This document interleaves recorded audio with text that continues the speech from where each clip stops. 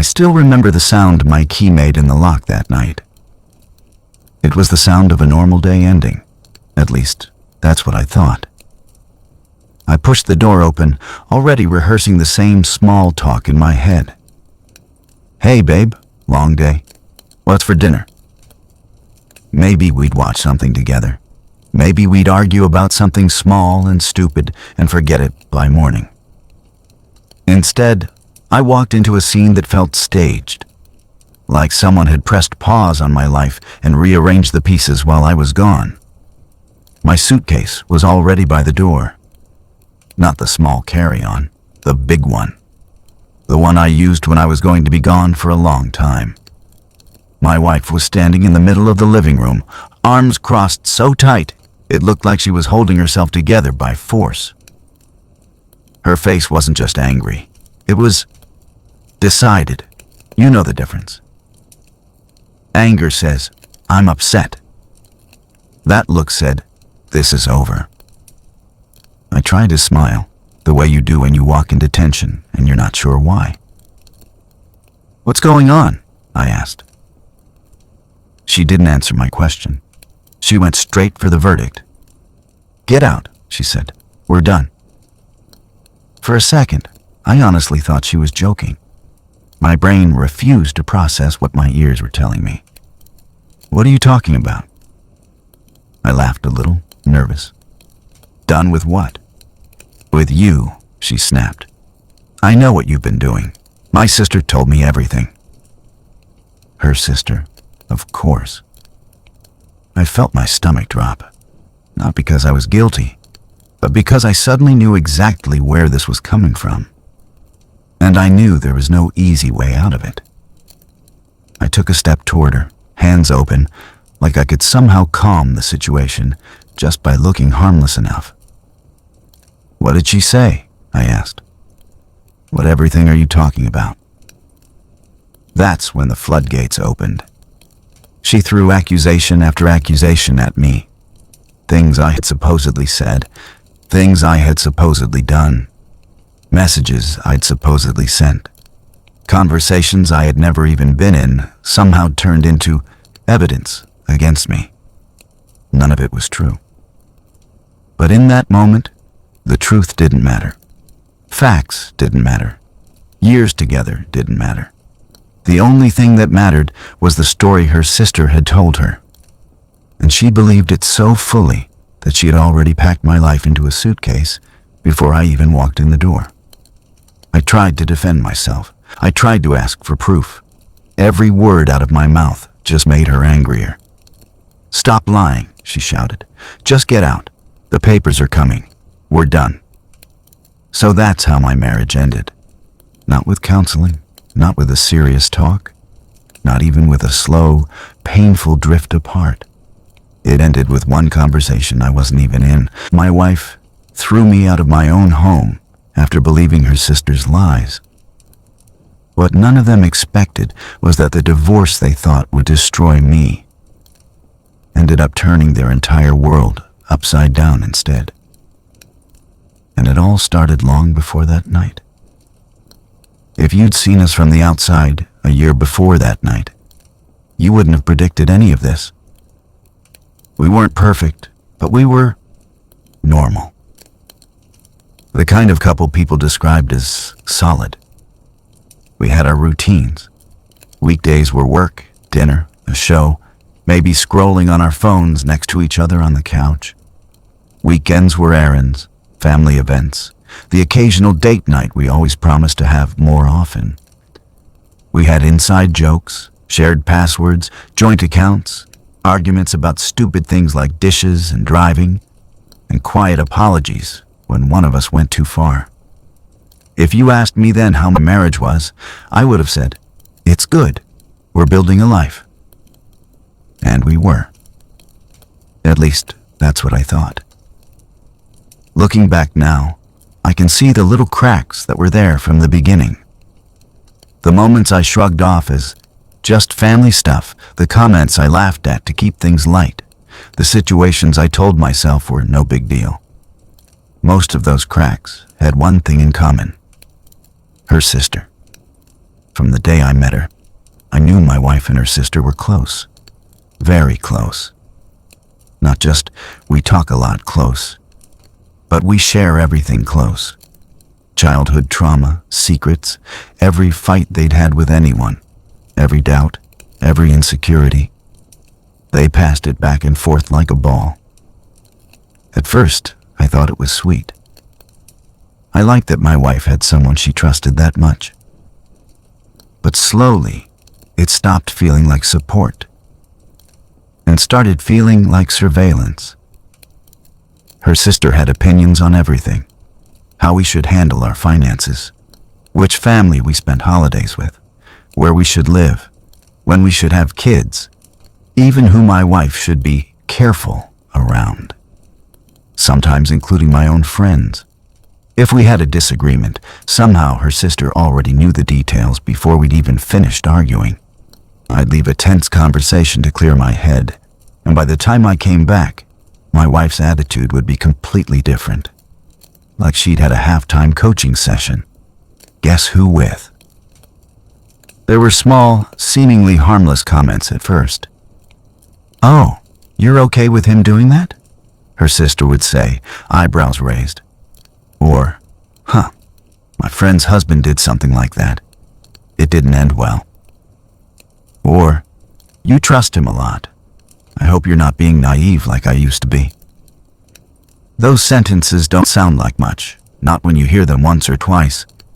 But they were constant. Drip, drip, drip. Anytime my wife seemed happy and secure, her sister would find a way to introduce doubt. Not in an obvious, "he's terrible, leave him" kind of way. More like planting seeds. And I'll be honest, I didn't take it seriously at first. I told myself it was just normal sister stuff. I told myself, she's just overprotective, or she's projecting her own bad experiences. I wanted peace more than I wanted to confront anything. So I put up with the snide jokes at my expense. I ignored the way her sister would twist my words when she repeated them. I brushed off the fact that my wife seemed to run everything by her, even our private conversations. There were red flags, but I called them quirks. Like the time her sister made a joke at dinner about men always cheating eventually, and then looked directly at me for just a bit too long. Everyone laughed it off, but it sat there in the air between us. Or the time she pulled my wife aside at a family gathering. And when they came back, my wife was suddenly cold and distant with me for the rest of the night, refusing to tell me why until days later, only to say it was nothing. Or how her sister never missed a chance to remind my wife how much she'd sacrificed for her. How no man would ever be there for her like she was. It sounded loving on the surface, but there was an edge to it. Like she needed my wife to stay dependent on her, to keep her place as the most trusted person in the room. At the time, I just thought it was unhealthy attachment. I didn't realize I was slowly being pushed into the role of outsider in my own marriage. There were two worlds forming, and I didn't see it clearly enough. In mine, I was a husband trying to show up, pay the bills, be present, and build something stable with the woman I loved. In theirs, I was a character in a different story, a potential threat, a question mark, someone to be monitored, tested, and eventually judged. I didn't know that while I was going about my life, assuming we were all on the same team, her sister was already building a version of me that I wouldn't recognize. A version my wife would one day believe more than she believed the man standing right in front of her. Back then, it was just little comments and weird tensions. I had no idea those small things were the opening moves in something much bigger. The quiet campaign that would end with my suitcase by the door. You don't wake up one day and suddenly become the villain in your own marriage. It happens slowly, in conversations you're not part of, in messages you don't see, in little concerns that don't sound dangerous until they pile up into a case against you. For me, it started with small, almost invisible shifts. My wife began asking me strangely specific questions out of nowhere. Where were you at lunch today? Who were you talking to on the phone just now? Why did you like that girl's photo?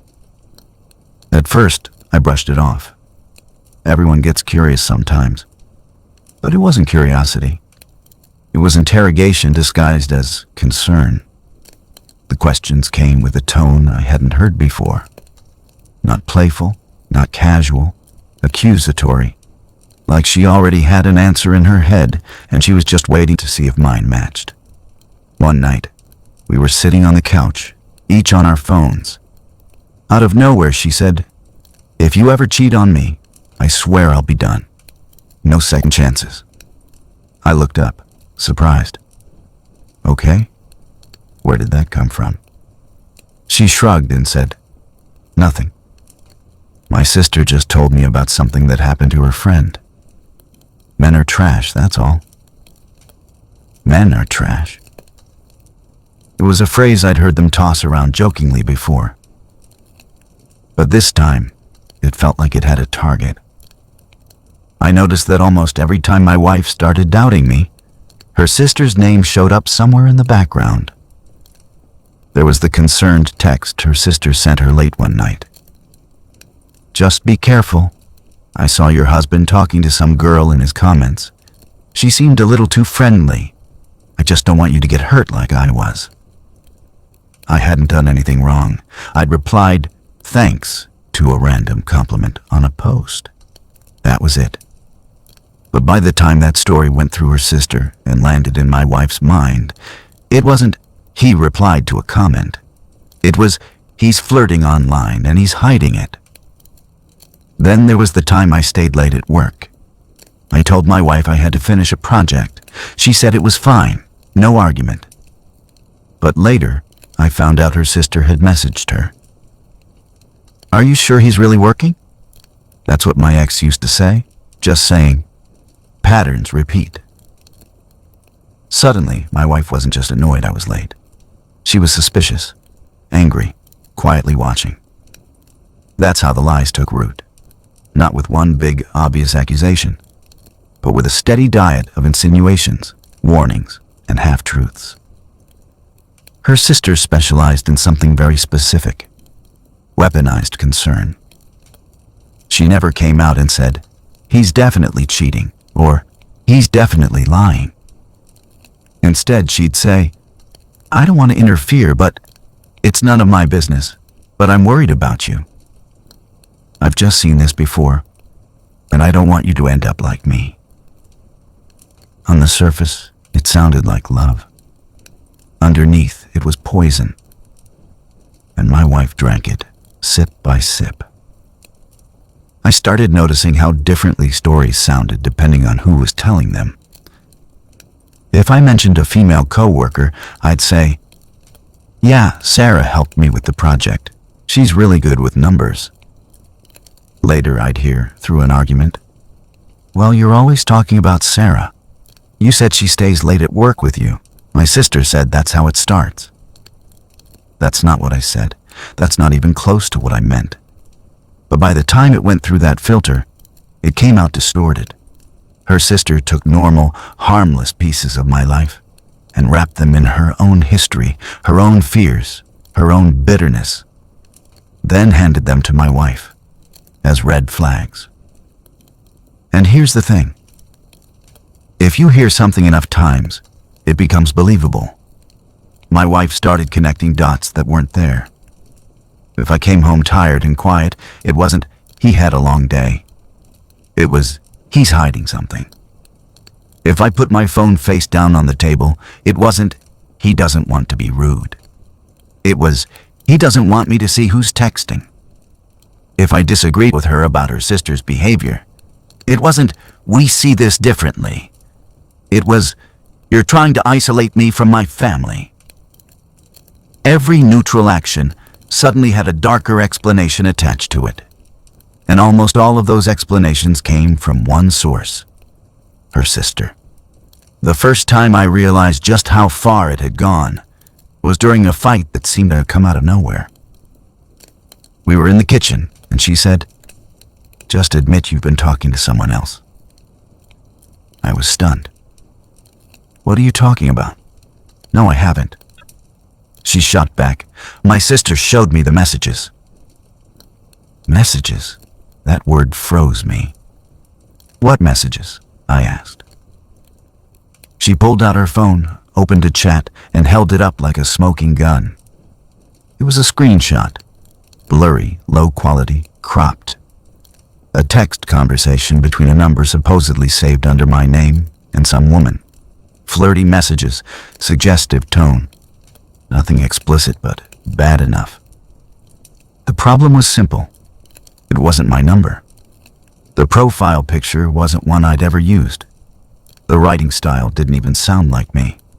It was a bad fake. But in that moment, none of that mattered.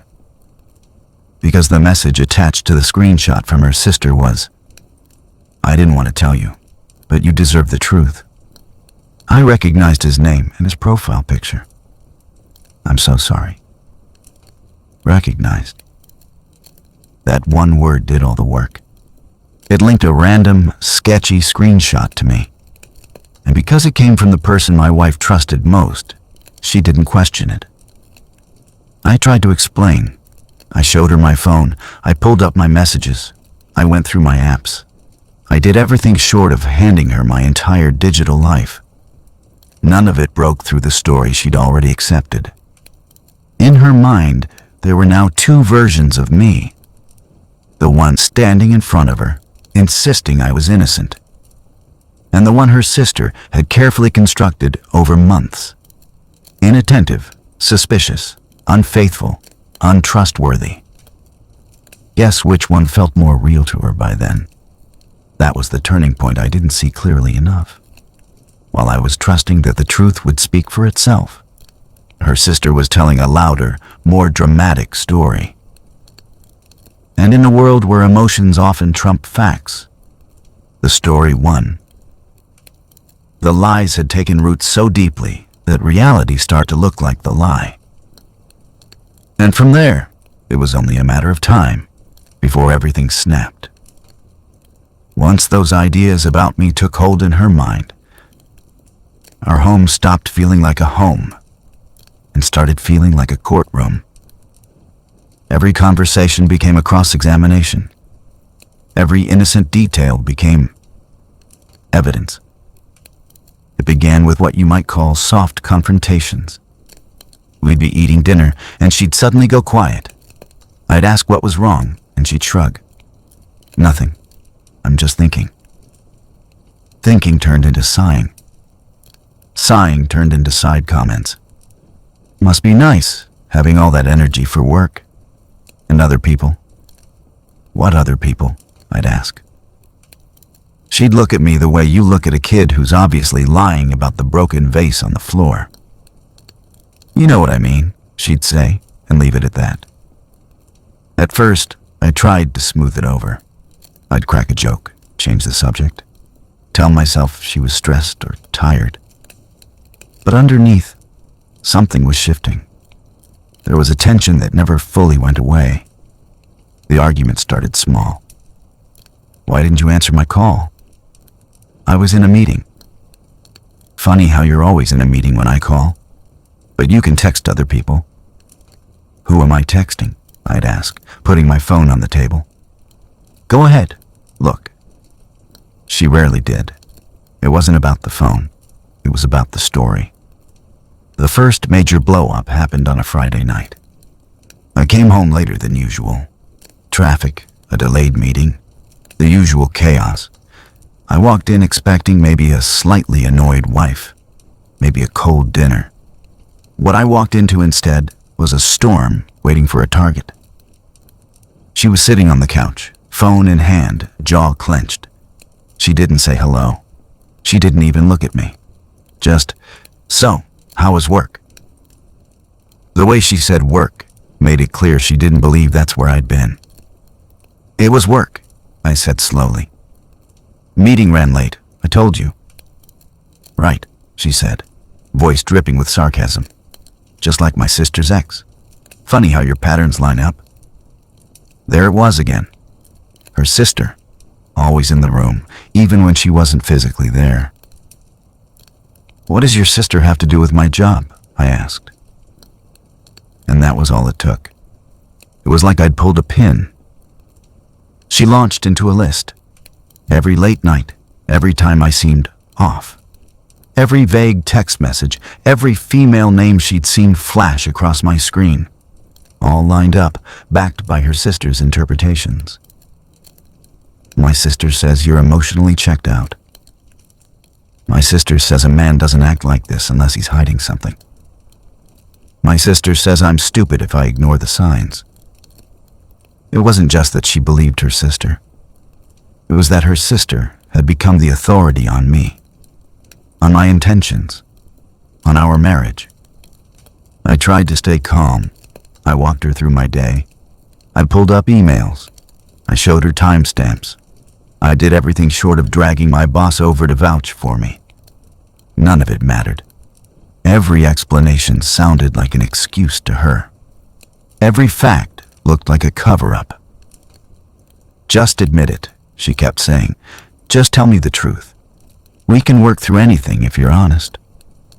But the truth I had wasn't the truth she wanted. She wanted the version that made sense of all the suspicion her sister had fed her. The version where I was guilty and her loyalty to her sister was justified. We went to bed that night not speaking. And that became a pattern. We'd argue hard, say things we regretted, and fall asleep on opposite sides of the bed, both of us staring at the ceiling in the dark. I'd lie there trying to figure out which detail, which explanation, which proof I'd failed to offer that would have made her see I wasn't the man her sister was describing. What I didn't understand then was that you can't logic someone out of a story they were emotionally convinced into. The next big crack showed up in how she started treating my boundaries. Before, if I said, "That makes me uncomfortable," she might roll her eyes, but she'd at least acknowledge it. Now, if I brought up her sister's involvement in our business, she'd go on the attack. One night, I said, as gently as I could, "I don't think it's healthy that your sister knows every detail of our fights." She exploded. "So now I can't talk to my own sister? You want to isolate me? That's what abusers do?" Abuser. That word hit me like a slap. "I'm not trying to isolate you," I said quietly. "I'm asking for some privacy. For us." "Well, maybe if you acted like a husband, and not like some shady teenager hiding things, I wouldn't need to talk to her." She snapped back. We weren't even arguing about facts anymore. We were arguing about roles, about who I was allowed to be in her life versus who her sister got to be. Behind every conflict, there was this unspoken hierarchy. Her sister's intuition, my evidence. Her sister's fears, my history with her. Her sister's words, my presence. Every time I tried to pull us back to us, to rebuild trust, she'd drag the conversation back to something her sister had said, noticed, or us warned her about. And slowly, I felt myself pulling away. Not because I didn't love her, but because I couldn't win a game where the referee was someone who hated me. I stopped sharing as much, stopped talking about work in detail, stopped bringing up the things that bothered me, because every complaint I had became another story she could feed her sister. That withdrawal became its own proof to her. "You're distant. You're hiding. You don't look at me the same." We were caught in a loop. The more she accused, the more I protected myself. The more I protected myself, the more she believed there was something to hide. And all the while, her sister cheerleaded the collapse from the sidelines. "She told me you'd act like this," my wife would say. "She said that once I confront you, you'd pull back and play the victim." There's a special kind of helplessness that comes from realizing your partner is in a relationship with two people. You and the imaginary version of you someone else has built in their head. One night, during yet another fight, this one over a completely invented, flirty comment I supposedly made, she looked at me and said something that stuck with me. "I don't know who you are anymore." And the worst part was, she meant it. She genuinely believed that the man she thought she'd married had been replaced by the man her sister had described to her. In reality, I was the same person, same flaws, same strengths. The difference wasn't me. The difference was the lens she was looking at me through. That lens was cracked, distorted, and it belonged to her sister. By the time we reached that stage, the marriage wasn't just strained. It was structurally unsound. It didn't need a big event to break. It just needed one more push. And that push was coming. The night she threw me out didn't actually start that night. It started earlier that week, with a silence that felt different. We'd had another fight 2 days before, one of those circular arguments where you end up saying the same things louder, not better. It ended like most of them did. She stormed into the bedroom, slammed the door, and I sat in the living room, staring at nothing, wondering how we'd gotten here. But unlike other times, she didn't soften the next morning. No small talk, no sorry for last night. No tired hug in the kitchen before work, just distance. She was glued to her phone more than usual, turning the screen away when I walked by, typing fast, deleting, typing again. I didn't have to ask who she was talking to. At that point, I could practically feel her sister's presence in the room with us anytime something was wrong. I told myself she just needed space, that if I stayed calm, gave her time, things would cool down. What I didn't know was that while I was giving her space, her sister was filling it with a story that would end our marriage. The day it happened, nothing felt particularly dramatic at first. Work was stressful but normal. I checked in with my wife once during the day. She replied short and flat. "Fine." No kiss emoji, no follow-up question. Just, "fine." I remember staring at that word longer than I should have, feeling like there was something behind it I couldn't reach. When I got home that evening, the air felt wrong the second I walked up to the door. The lights were on, but there was no sound. No TV, no music, no clinking of dishes in the kitchen. Just a stillness that made my chest tighten. I opened the door, and there it was, my big suitcase by the entrance, packed. Not halfway, not in progress, completely zipped, handle up, like it was waiting for me. My clothes, my shoes, even my toiletries bag sticking out of the side pocket, like someone had gone through my life and decided which pieces I was allowed to take with me. My wife stood a few feet away, arms crossed, jaw set. Her eyes were red like she'd been crying, but they were dry now. The crying part was over. What was left was something harder. "Pack the rest of your stuff," she said. "You're leaving tonight." I froze. "What are you talking about?" I asked. My voice sounded strange to my own ears, too calm for what I was seeing. She held up her phone. The screen was turned away from me, but I could see the open chat window. I didn't need to see the name to know who she'd been talking to. "My sister was right about you," she said. "I should have listened sooner." "Listen to what?" I asked. "What is she saying now?" She laughed, short, bitter. "Don't play dumb. It's over. I know everything." That word again, everything. "What everything?" I pushed. "Say it. Tell me what you think you know."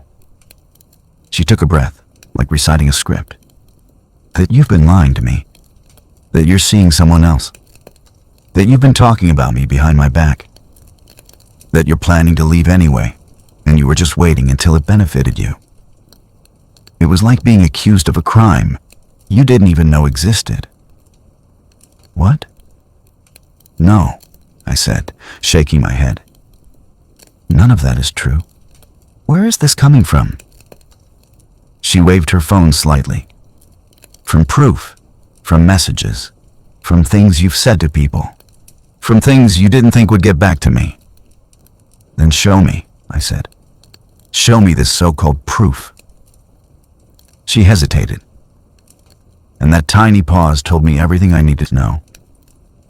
If she had cold, hard proof, she would have shoved it in my face without blinking.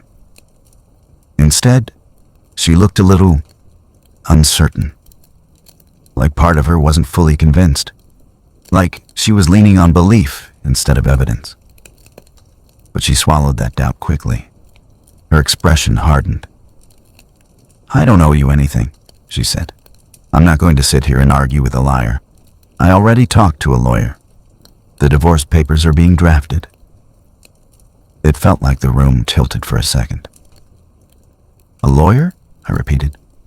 Wait, you already talked to a lawyer? When? A few weeks ago, she said. My sister helped me find one. She told me to protect myself before things got worse. She was right. So while I'd been trying to fix things, she'd been planning my exit. I didn't yell. I didn't throw anything. I didn't even cry. I just stood there, stunned, as pieces clicked together in my mind. Every strange comment, every sudden withdrawal, every moment she'd chosen her sister's version of events over mine. This is insane, I said quietly. You're ending our marriage over rumors and screenshots that you won't even show me.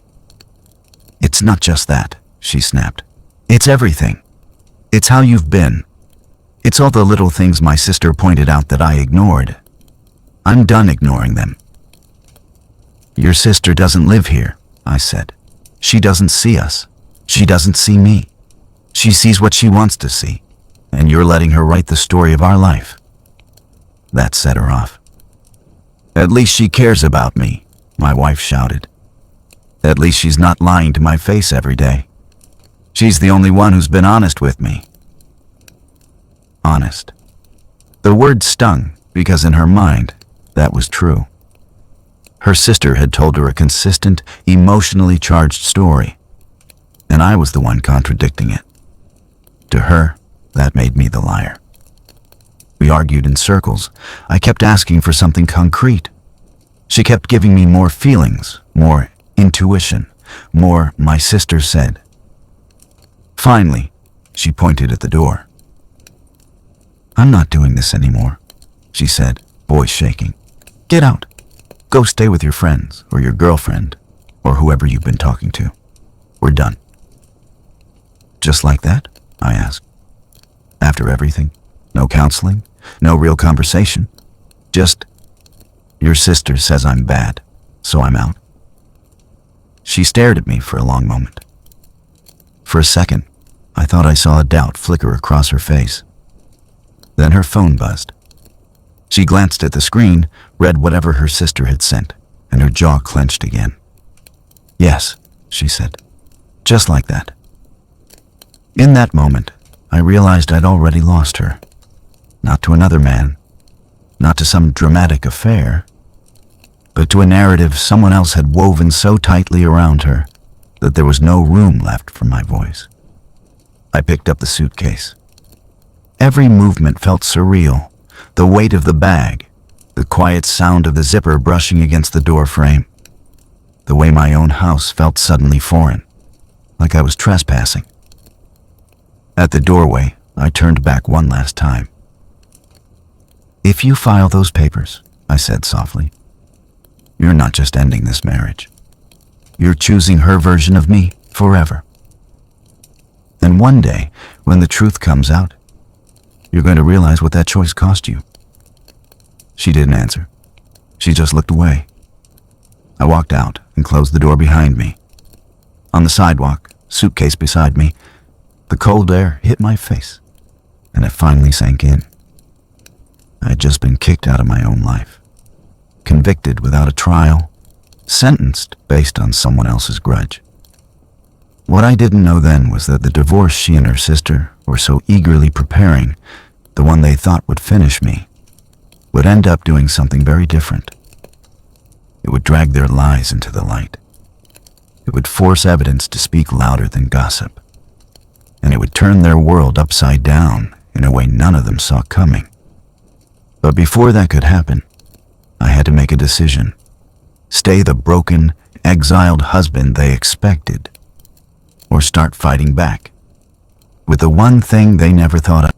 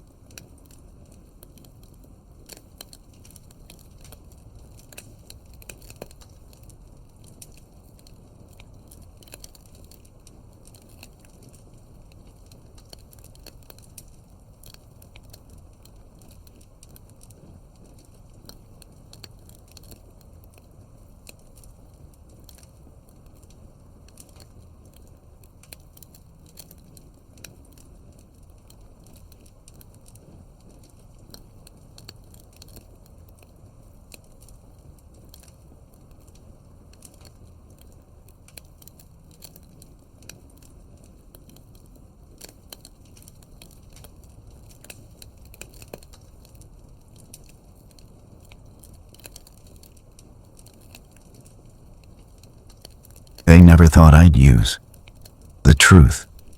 Getting thrown out like that does something to you. The first few days, I was in survival mode. I crashed on a friend's couch. I stared at walls a lot. I replayed every conversation, every argument, every moment where I could have done something differently.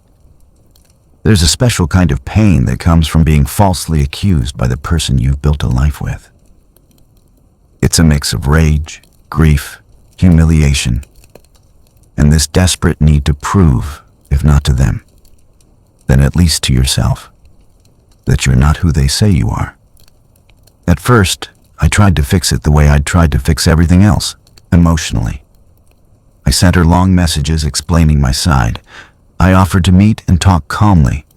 I suggested counseling, mediation, anything that involved us, face to face, without her sister as the invisible third person at the table. Most of those messages went unanswered. The few I did get back were short, cold, and familiar. My lawyer will be in touch. Stop trying to manipulate me. My sister warned me you'd do this. There it was again. My wife's brain running on her sister's script.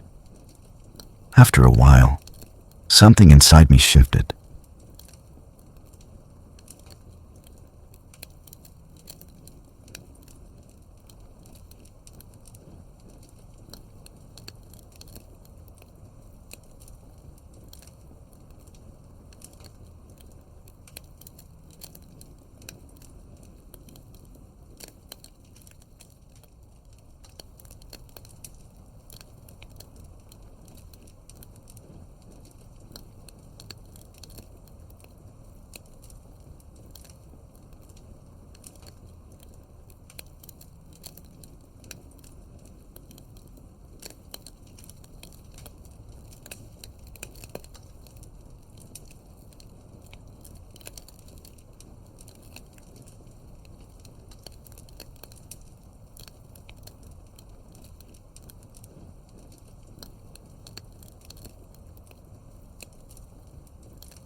I realized there was no argument I could craft, no paragraph I could send, that would snap her out of a story she didn't want to question. She wasn't looking for clarity. She was looking for confirmation, and her sister was happy to provide it. It finally hit me. I was trying to win an emotional war that I'd already lost. So I decided to stop fighting there. If they wanted to turn this into a campaign built on rumors, screenshots, and hearsay, then I was going to take it somewhere those things don't hold as much power. Into the world of facts, into the world of law. The first practical step came almost by accident. A friend of mine, someone who'd been quietly watching this unfold, pulled me aside one night and said, "You need to stop just reacting. You need to start documenting." "Documenting what?" I asked. "Everything," he said. "Dates, times, messages. What was actually said. What you actually did. If she's really going through with this divorce, and she's this deep into a false narrative, you better have more than your memory to stand on." It sounded cold. It sounded clinical. But for the first time in weeks, it also sounded solid. So I started. I went back through my texts with my wife. I screenshotted entire threads, especially the ones where I'd clearly told her where I was going, what I was doing, who I was with. I pulled up my call logs, emails, work calendars, receipts, bank statements, anything that could verify my movements on the days she'd used as evidence of my supposed lies. Then I did something that surprised even me. I stopped trying to avoid the pain of looking back, and instead leaned into it with a purpose. I made a timeline. Date by date, I laid out when the first major accusations started, what her sister had supposedly seen or heard, what actually happened that day from my perspective, what proof I had to back it up, work logs, location data, messages to friends, whatever. It was brutal. It forced me to relive every ugly moment. But as the timeline filled in, something became clear. Their story didn't add up. Not just emotionally, but practically. There were supposed late nights where my time-stamped keycard access at work showed I'd left the office at a reasonable hour. There were alleged suspicious calls, where my phone records showed I'd been on with my mother, my boss, a client. There were claims that I'd been texting other women constantly, but the only consistent female name in my messages was my wife. The more I laid it out, the more ridiculous it looked. And that's when another thought hit me, one that made me both sick and oddly relieved. If the truth was this easy for me to reconstruct just by looking at my own records, then her sister had either never bothered to check anything objectively or she simply didn't care. Either way, that was going to matter. The next big turning point came when I finally took the step I'd been dreading. I hired a lawyer. Walking into that office felt like admitting defeat, like officially accepting that my marriage wasn't just going through a bad phase, but actually crumbling.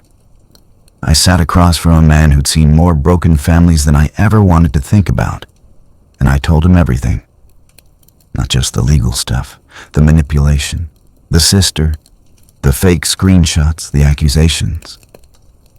He listened quietly, occasionally jotting something down. When I finished, he leaned back and said very simply, "Okay, here's what we're going to do."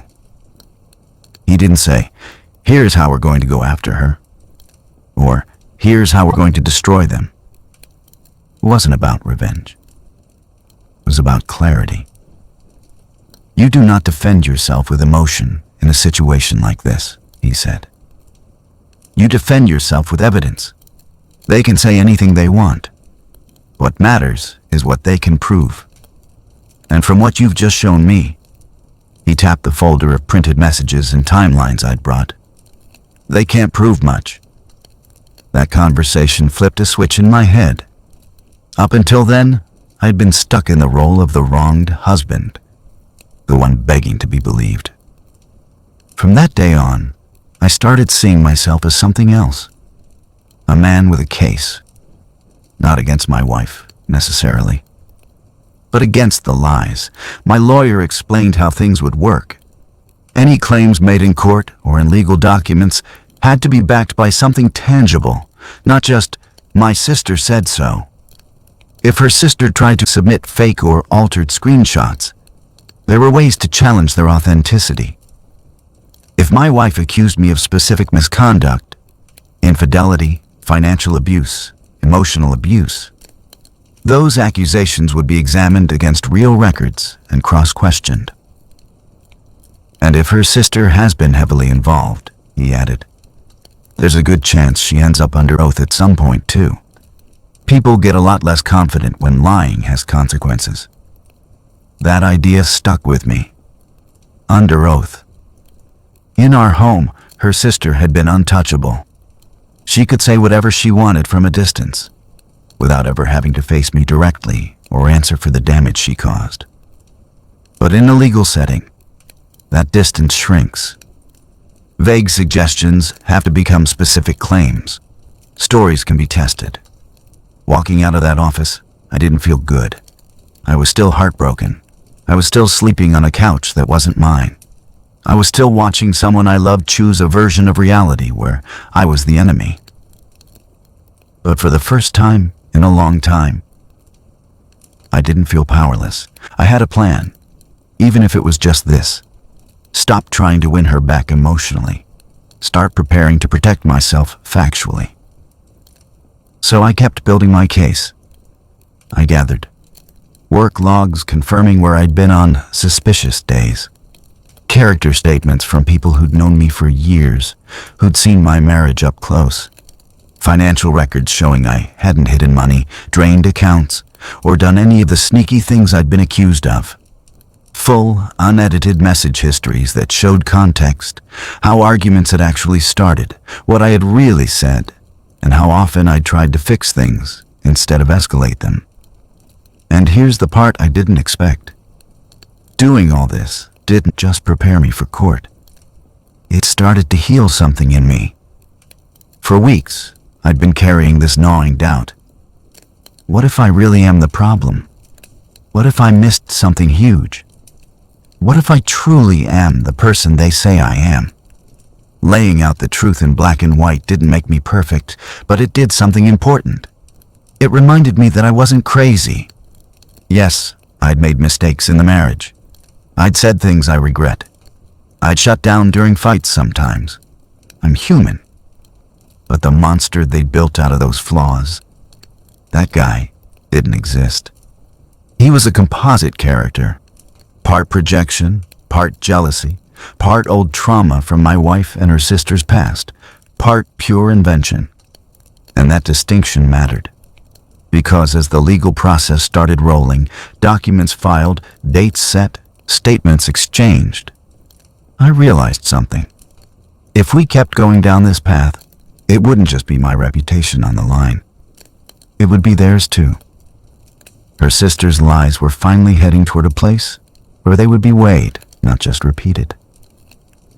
The same divorce they thought would be the final blow to my life was turning into something else entirely. A spotlight.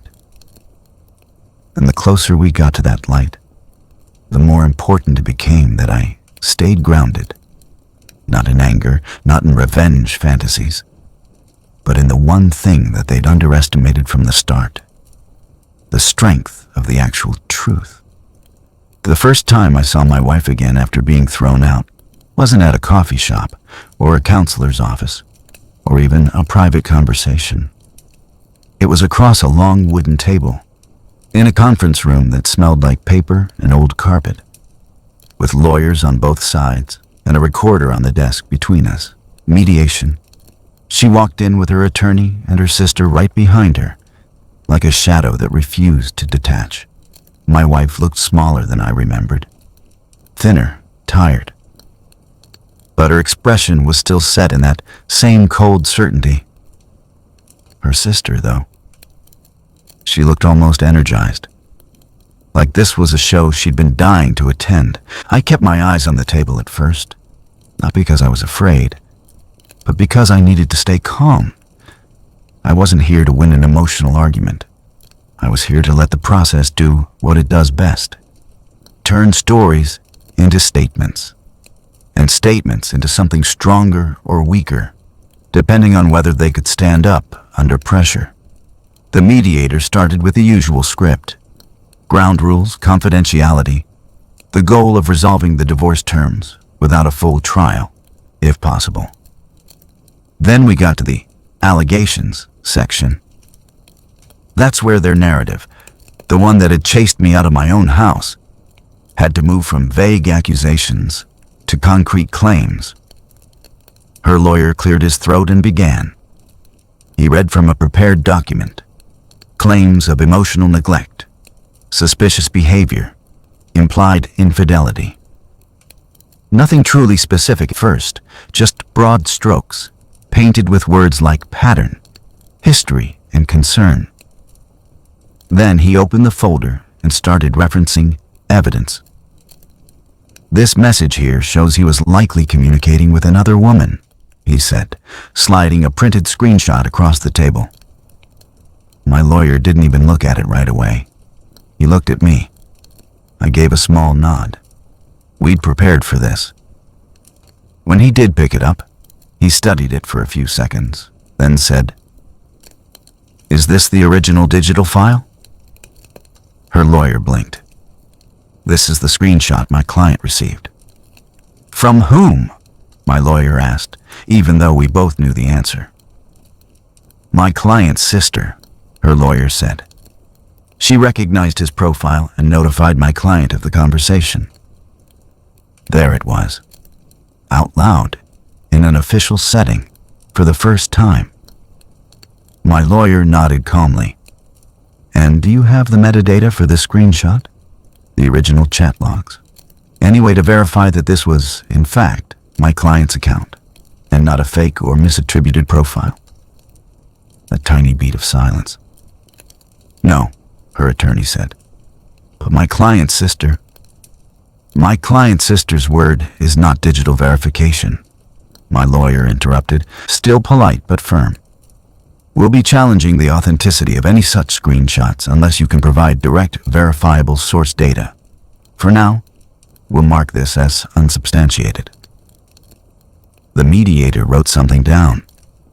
That one word, unsubstantiated, was like the first crack in a wall. You could see it land on my wife's face. She wasn't used to hearing her sister's version of events questioned in any meaningful way. In our home, she said it, had always been enough. Here, not so much. We moved on. Her side brought up my late nights, hinting that I'd been unfaithful, or at least hiding something. My lawyer calmly slid forward a packet we'd prepared. "These are his keycard access records from work," he said. "They show his entry and exit times for the dates mentioned. As the court will see, his time out of the building is consistent with normal work hours and commute, with no significant or suspicious gaps corresponding to these accusations." The mediator compared the dates. So did her lawyer. They did not line up with anything that looked like what they were implying. Her sister shifted in her seat. The more they tried to lean on what she had noticed, the more the conversation shifted into territory where notice wasn't enough. "On what date did this happen? Who else was present? Do you have any independent corroboration? Is there any record beyond your sister's recollection?" Over and over, the answer was some version of the same thing: no. Her sister had spun narratives built on impressions and guesses, then delivered them to my wife as warnings. But here, impressions weren't evidence, and guesses didn't carry legal weight. The turning point, though, came when my lawyer suggested something my wife and her sister clearly hadn't anticipated. "Given how involved the sister has been in forming these accusations," he said, "we intend to request her testimony if this proceeds further, under oath." The room got quieter. My wife's eyes flicked toward her sister almost involuntarily. Her sister's face hardened, but I caught a flash of something else there too. Not confidence, nervousness. Under oath is a different universe.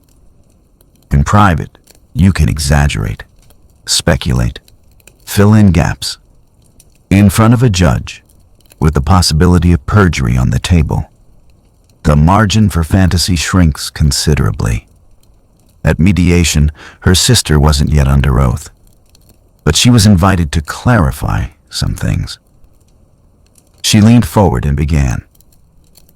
He always seemed sneaky to me, she said. I saw the way he looked at other women.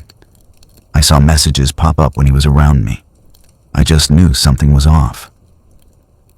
Did you personally see any explicit messages? The mediator asked. Or just notifications? Well, no, not explicit, she admitted. But you can tell by the way someone... That's your interpretation, my lawyer cut in gently. We're not here to try his facial expressions. She bristled. I'm just trying to protect my sister. The mediator noted that down too. The more she talked, the clearer something became to anyone listening objectively. She was driven less by facts and more by a mix of projection and hostility. She referenced her own past relationships constantly. This is exactly what my ex did.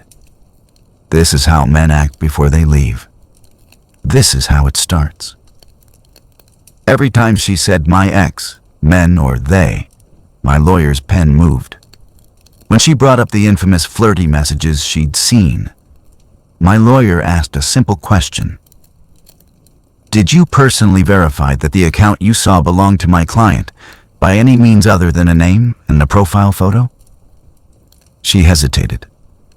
Well, it looked like him, she said. Same name, same picture. Are you aware, my lawyer said, sliding a printed page across the table, that there are multiple accounts on that platform with the same name and similar photos? That it's not particularly hard to impersonate someone online?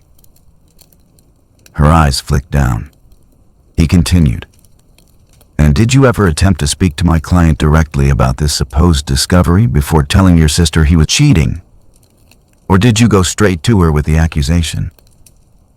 I didn't want to argue with him, she snapped. Abusers twist everything. I've been through this before.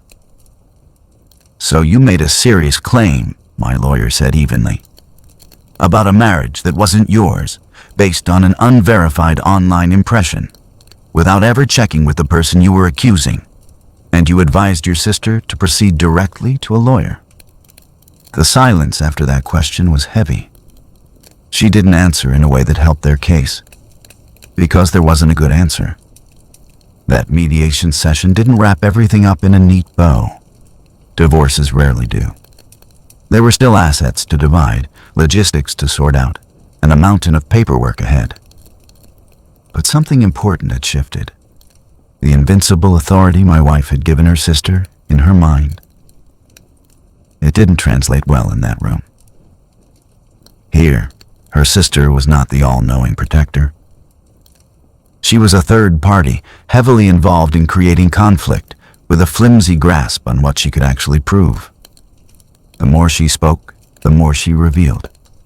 Her bias, her projections, her eagerness to assume the worst, her lack of hard evidence, and slowly, I watched my wife's face change. Not completely, not dramatically. But there were moments when she'd look down at the table or at a document, instead of at her sister, little cracks in her certainty. Moments when she seemed to realize that when you take her sister's words out of the protective bubble of just family talk and put them under even mild scrutiny, they don't hold up as well as she'd believed. In the weeks that followed, as filings went back and forth, the pattern continued. Each time her side put forward a claim based solely on what the sister said, my lawyer countered with actual records, dates, logs, context. Her sister, once so loud and confident in private, became briefer in her written statements, more guarded, less dramatic, because now exaggeration had a cost. And that's when the real inversion happened. The divorce that was supposed to be my downfall started to become something else. A mirror, not for me, for them. For the first time, my wife had to see her sister not as the all-seeing guardian of her heart, but as a person whose words could be tested, and sometimes found wanting. The same legal process they'd rushed into expecting to expose me was now exposing the one thing they never expected to be questioned: her sister's truth. And we weren't even at the final outcome yet. When people say the divorce changed everything, they usually mean it ruined someone's life. In our case, it did change everything, but not in the direction my wife and her sister imagined. They went into this process expecting a clean storyline. Evil husband exposed, innocent wife rescued, loyal sister vindicated. They thought the paperwork would be a formality that stamped truth on their version of events. Instead, the further we went, the more their story started collapsing under its own weight. It began with the official filings. Her lawyers submitted an initial petition that wasn't just, "We want a divorce." It was loaded. It included language about emotional abuse, suspected infidelity, and a pattern of deceptive behavior, all clearly drawn from the narrative her sister had been feeding her. Those words matter in court. They aren't just dramatic phrases. They're claims. Claims that can affect division of assets, spousal support, even how a judge views each person's credibility. My lawyer responded with something they weren't ready for: a detailed rebuttal, line by line. For every allegation, we attached exhibits. For the supposed emotionally neglectful pattern, we included messages where I tried to resolve arguments, suggested counseling, and documented my efforts to communicate. For the suspected infidelity, we attached all the work logs, phone records, and location data that contradicted the timing and feasibility of the accusations.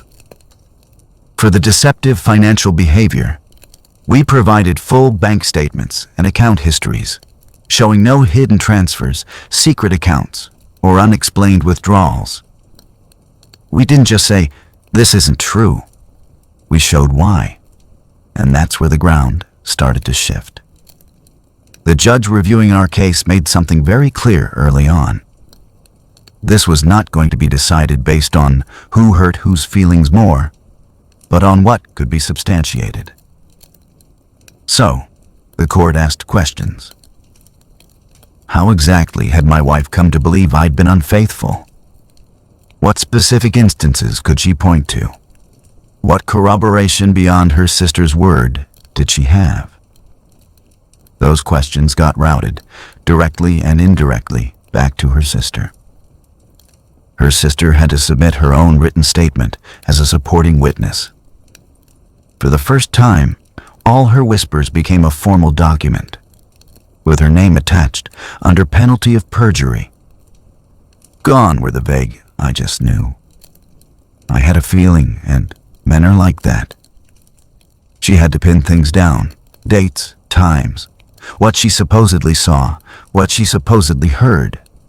Who else was there? And as she tried to do that, something their side probably never expected happened. Her own story started contradicting itself. There were dates she claimed to have seen certain messages that didn't match the creation date of the accounts. There were times she said she'd witnessed suspicious behavior at gatherings that other people at those same gatherings recalled entirely differently. There were conversations she swore she'd overheard that clashed with messages my wife and I had in writing from those exact days, discussing completely different things. My lawyer requested that some of those third parties, friends, relatives, even one of her own cousins, provide short statements.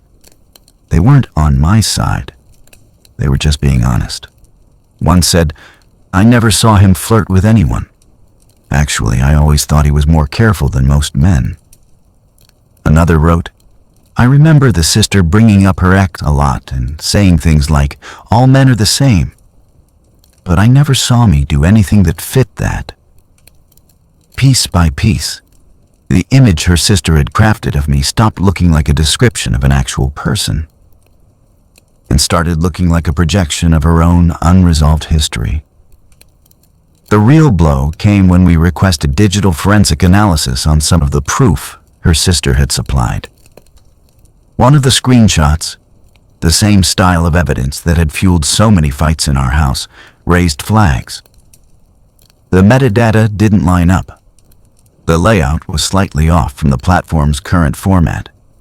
In plain language, it looked edited. My lawyer brought this up in a filing. He didn't accuse her of a crime outright, but he pointed out the inconsistencies and noted that if altered evidence was being submitted, that was a serious issue. Suddenly, her side got very quiet about the screenshots. Claims that had once been shouted with conviction, "We have proof," turned into softer, more defensive language. "We believe," "We suspect," "We felt something was wrong." Belief, suspicion, feelings, all valid human experiences, but not the same as evidence. By the time we got to the final negotiations about the terms of the divorce, the power dynamic was almost the opposite of what it had been that night at the door. Originally, they thought they were holding all the cards: moral superiority, emotional dominance, and a story that cast me as the villain. Now, they were facing the possibility that if they pushed those accusations too hard without proof, it could backfire. False allegations, even if someone thinks they're protecting a loved one, come with consequences when you write them down and take them to court. So the tone changed. Their lawyer stopped using the word abuse. They dropped any direct reference to infidelity. They stopped insisting on some kind of punitive financial settlement because of what he did.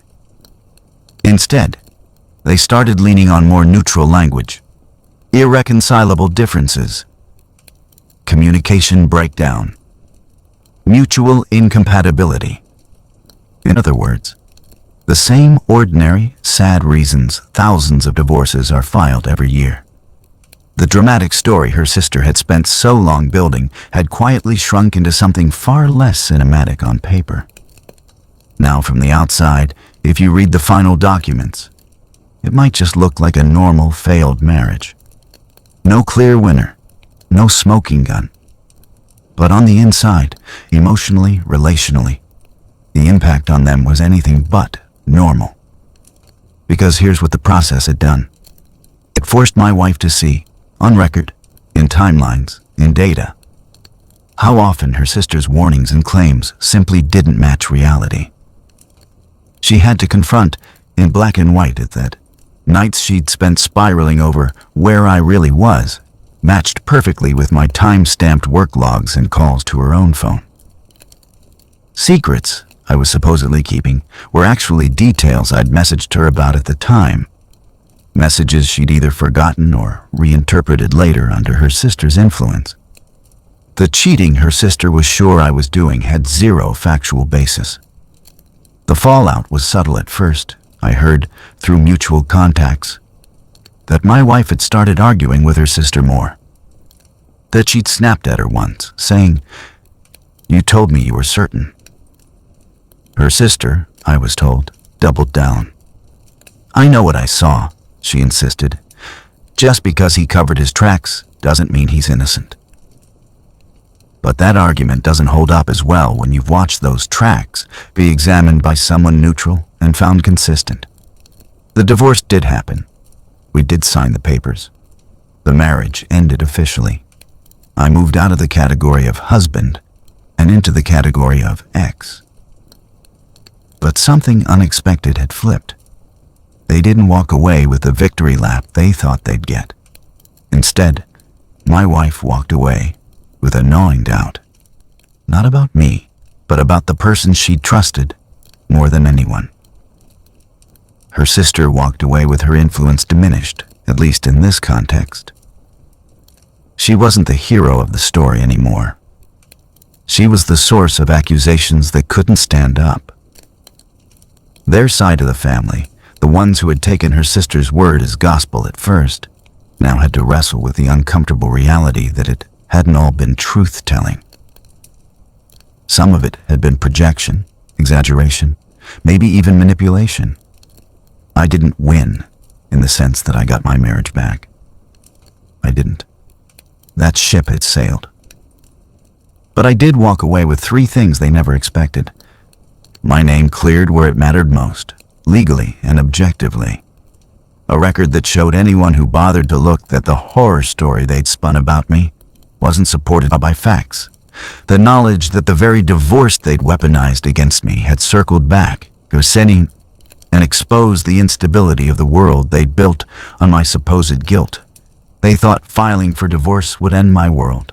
In reality, it ended the version of their world where her sister's voice was untouchable and unquestionable. You could feel the shift in the last meeting, when we signed the final papers. My wife couldn't look me in the eye for long. Not from anger this time, but from something that looked uncomfortably like regret.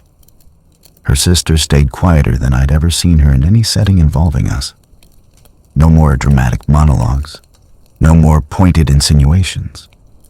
Just a tight jaw and a stare that couldn't erase what had already been put on record. The marriage was over. But the story wasn't what they wanted it to be. The divorce didn't just divide assets, it divided reality from rumor. And when that split finally became clear, it wasn't my life that looked like it had fallen apart. It was theirs. People assume that once the papers are signed, everything suddenly feels lighter. It doesn't. The day the divorce became official, I walked out of the courthouse with a manila envelope in my hand and a strange emptiness in my chest. No more court dates. No more filings. No more waiting for the next email from my lawyer. Legally, it was over. Emotionally, I was standing in the ruins. There's a quiet that comes after a long fight. For a while, I didn't know what to do with it. I'd spent months, maybe years, in reaction mode, defending myself, gathering proof, telling my side, preparing for the next move. Now, there was nothing to prepare for. No one was accusing me. No one was asking for statements. No one was demanding explanations. It was just me, my thoughts, my bruised sense of self. At first, I felt a kind of numb relief. I wasn't being actively attacked anymore. My name was cleared where it needed to be. I could sleep without wondering what new story was being told about me that day. But underneath that relief was grief. Deep, heavy, and disorienting. I hadn't just lost a wife. I'd lost a future I'd imagined. The inside jokes, the plans, the idea that we were a team. Even knowing what I knew now, there was still a part of me that missed who I thought she was before all of this. That's something people don't talk about enough. You can be relieved someone is out of your life and still mourn the version of them you loved. In the weeks that followed, I did something I'd avoided for a long time. I stopped focusing on proving who I wasn't and started figuring out who I was going to be now. The first step was simple, but brutal. I let myself feel it, all of it.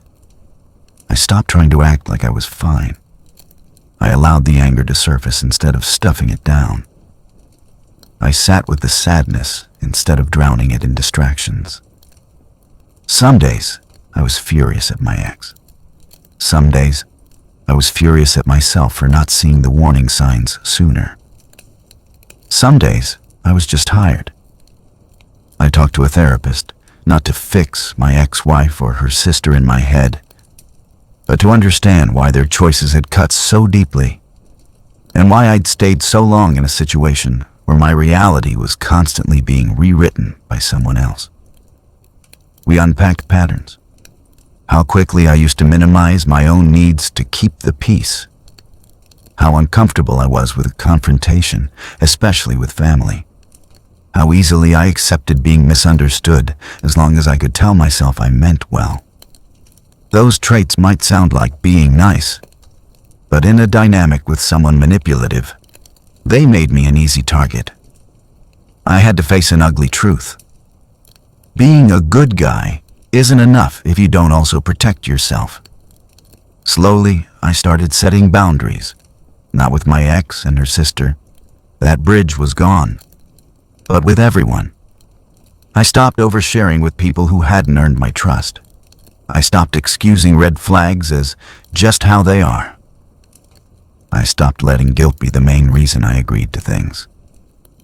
If a conversation started to feel like the old days, where my reality was being questioned without cause, or my character was being picked apart based on someone else's assumptions, I didn't argue anymore. I left. I also started rebuilding the parts of me that had nothing to do with them. I got back into hobbies I dropped when the relationship drama took over. Things that made me feel capable and grounded. I reconnected with friends I'd unintentionally distanced myself from when my world shrank down to trying to save the marriage. And I paid attention to who showed up. There were people who had quietly believed in me the whole time, even when they didn't know all the details. People who said, I knew something was off about that situation, but I didn't know how to say it. People who didn't need a court document to tell them who I was. Spending time with them helped recalibrate my sense of normal. Normal wasn't walking on eggshells. Normal wasn't being cross-examined for existing. Normal wasn't having a third person's voice constantly echoing in my head every time I made a decision. Normal was respect. Normal was being allowed to explain without being immediately dismissed. Normal was having conflict without needing a jury. Over time, the story in my head about what happened started to shift too. At first, it was all about them. What they did to me. How they lied. How unfair it was. But slowly, it became more about what I had learned. I learned that loyalty doesn't mean letting someone rewrite reality. I learned that love without trust and boundaries isn't love. It's dependency. I learned that if someone is eager to believe the worst about you, they're not your safe place, no matter how long you've been together. I stopped seesawing between I miss her and I hate her, and settled into something more honest. I see her, and I see myself, and we were not healthy together. Do I still feel angry at her sister sometimes? Absolutely. She poured gasoline on every insecurity my wife had and lit a match, then called it protecting her. But I also recognize now that my ex made a choice too. She chose which voice to trust. She chose which story to believe, even when the facts started to tell her something different. That's on her. The real healing started when I stopped waiting for apologies that probably will never come. I don't need them to admit they were wrong for me to move on. I have the truth. I have the record. I have my life back. And slowly, I've been building a version of that life where my worth isn't up for debate every time someone else's trauma gets triggered. I'm not going to pretend I walked out of this as some enlightened, unbothered guru. I walked out with scars. But those scars are reminders of how far I'll go to defend myself next time, of how quickly I'll walk away from anyone who tries to turn me into a villain just to feel like a hero in their own story, of how much I value peace that isn't built on lies. I lost a marriage, but I gained something I didn't realize I'd been missing the whole time. A clearer, stronger sense of who I am and what I will never, ever allow in my life again. If you're still here, listening to all of this, chances are you're not just curious. You might be living a softer version of the same story. Maybe it's not a sister. Maybe it's a mother, a friend, a co-worker, someone your partner trusts so completely that their word weighs more than your reality. Maybe you've felt that creeping shift from "we're in this together" to "I'm on trial in my own relationship." So let me end this with what I wish someone had told me early on.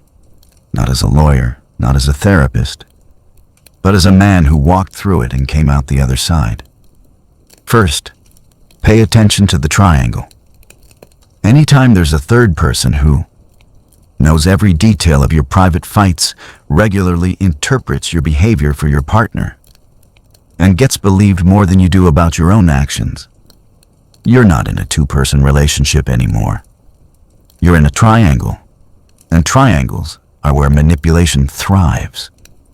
Healthy support sounds like, talk to him about that.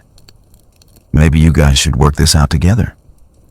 I don't know his intentions, but here's how it would make me feel. Toxic involvement sounds like he's definitely lying. I've seen this before, trust me. If you don't listen to me, you're stupid. If your partner gives more weight to a third person's assumptions than to your words, that's not just how a family is. That's a structural problem in the relationship. Second, do not fight lies with only emotion. I tried that route. I begged. I explained. I swore on everything I could think of. None of it mattered because the story my wife had accepted wasn't built on evidence. It was built on feelings. You don't counter that by crying harder. You counter it by quietly, steadily documenting the truth. I'm not saying live like you're in a crime show.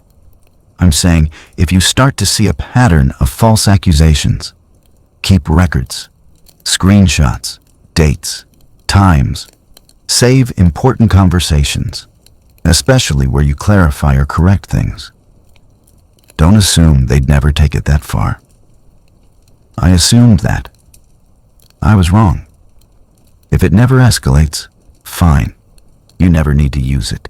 But if it does, you'll thank yourself 1,000 times over for having facts instead of just memories. Third, don't ignore the early red flags because you love their family. I saw things I didn't like. A sister who talked about all men like they were trash. Constant undermining disguised as, I just care about you. Private arguments that somehow always ended up public. I told myself it was none of my business how they processed their past. I told myself my job was to be understanding. But here's the truth. When someone is constantly unresolved about their past, they will often drag that unresolved mess into your present. If you're dating or married to someone who lets another person's trauma define how they see you, you are not obligated to accept that as your reality. Fourth, if you ever have to choose between your sanity and the relationship, choose your sanity. There's a point in situations like this where you start to lose yourself. You question your own memory. You wonder if maybe you are the problem, simply because someone is so passionately convinced you are. That's how people get stuck for years in dynamics that are slowly killing them. The turning point for me wasn't when the court cleared my name. It was when I decided internally I would rather walk away labeled the bad guy by people who refuse to see clearly than stay and participate in a reality I know is false. Fifth, moving on doesn't require them to admit anything. I used to fantasize about the day my ex and her sister would come crawling back with apologies, admitting they were wrong. That day hasn't come. It might never come. And I'm okay. Closure for me became this: knowing I told the truth, knowing the official record reflects that, knowing I won't put myself in that position again. If you're in the middle of a similar hell right now, here's what I hope you take from my story. You are not crazy for feeling like you're being rewritten. You are not weak for hurting.